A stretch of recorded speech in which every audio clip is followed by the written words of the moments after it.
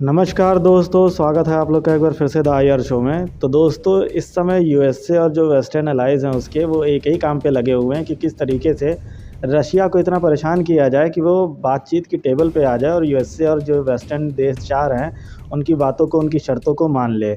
तो अब इस बार नया काम करते हुए ये किया है इन लोगों ने कि इन लोगों ने ज़बरदस्ती क्या किया कि रशिया को डिफ़ॉल्टर घोषित कर दिया, इंसॉल्वेंट घोषित कर दिया उसके एक्सटर्नल डेब्ट के लिए, जो कि बताया जा रहा है कि 1918 के बाद यानी इस 1 सेंचुरी बाद ऐसा एक घटना हुई है रशिया के साथ में कि उसको डिफ़ॉल्टर या इंसॉल्वेंट घोषित किया गया है। हालाँकि दोस्तों, इंसॉल्वेंट मैं बता दूँ आपको उन लोगों को कहा जाता है या किसी ऐसे बंदे को कहा जाता है कि जो जितना लोन ले रखा हो उसका प्रिंसिपल अमाउंट प्लस इंटरेस्ट यानी कि मूलधन और ब्याज को मिला के जब उसकी वो अदायगी नहीं कर पाता है,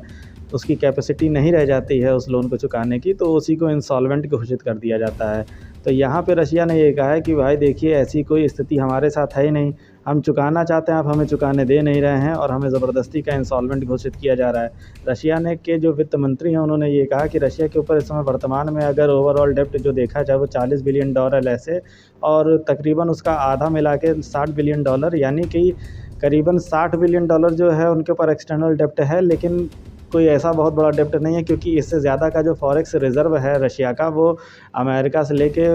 जो यूके हैं तमाम देशों में उनके पास वो पहले से ही रिज़र्व के तौर पे सुरक्षित है, जिसको कि फ्रीज़ कर दिया गया है अमेरिका के कहने पे। तो रशिया की ऐसी कोई स्थिति नहीं है कि वो लोन चुका नहीं सकता, हाँ बस उसे चुकाने का मौका दिया जाए। इसके बाद रशिया ने एक मौका और दिया, एक ऑप्शन और दिया वेस्टर्न देशों को कि आप एक काम करिए कि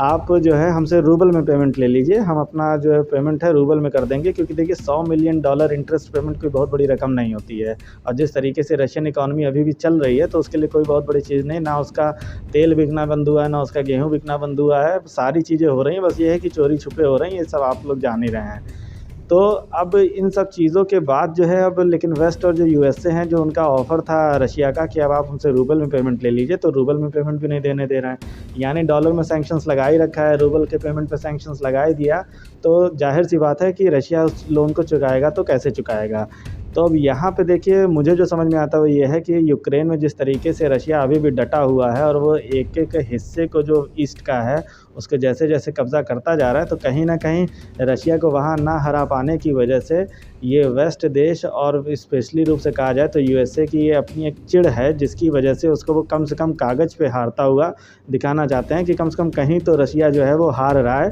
और इससे जो इन्वेस्टर्स हैं उनके ऊपर भी गलत संदेश जाए, इसकी ये कोशिश की जा रही है। हालाँकि क्रेडिट रेटिंग एजेंसीज़ ने अभी इंसॉल्वेंट घोषित किया नहीं, और बेचारे इंसॉल्वेंट घोषित भी कैसे करें जब कुछ करने के लिए उनके पास ताकत बची ही नहीं है। तो वेस्ट देशों के आगे इस तरीके से सभी लोग मजबूर हैं।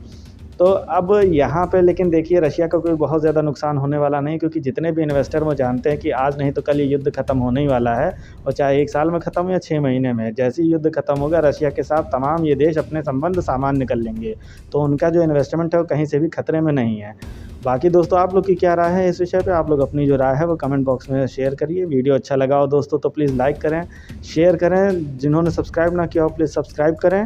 थैंक यू दोस्तों, thank you for watching the video. जय हिंद, जय भारत।